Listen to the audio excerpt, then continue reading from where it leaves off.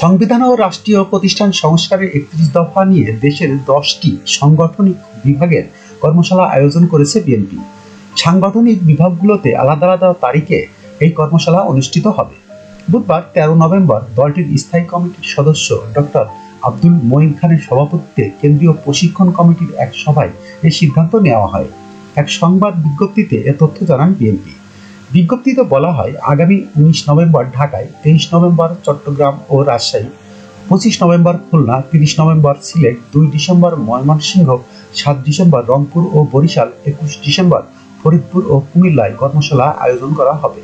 এ সভায় বিএনপির সিনিয়র যুগ্ম মহাসচিব রুহুল কবির রিজভী, প্রশিক্ষণ বিষয়ক সম্পাদক এবিএম মোশাররফ হোসেন, প্রশিক্ষণ বিষয়ক সম্পাদক রাশিদা বেগম হীরা সহ অনেকেই উপস্থিত ছিলেন।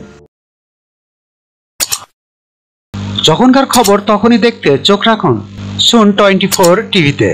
চ্যানেলটি সাবস্ক্রাইব করুন।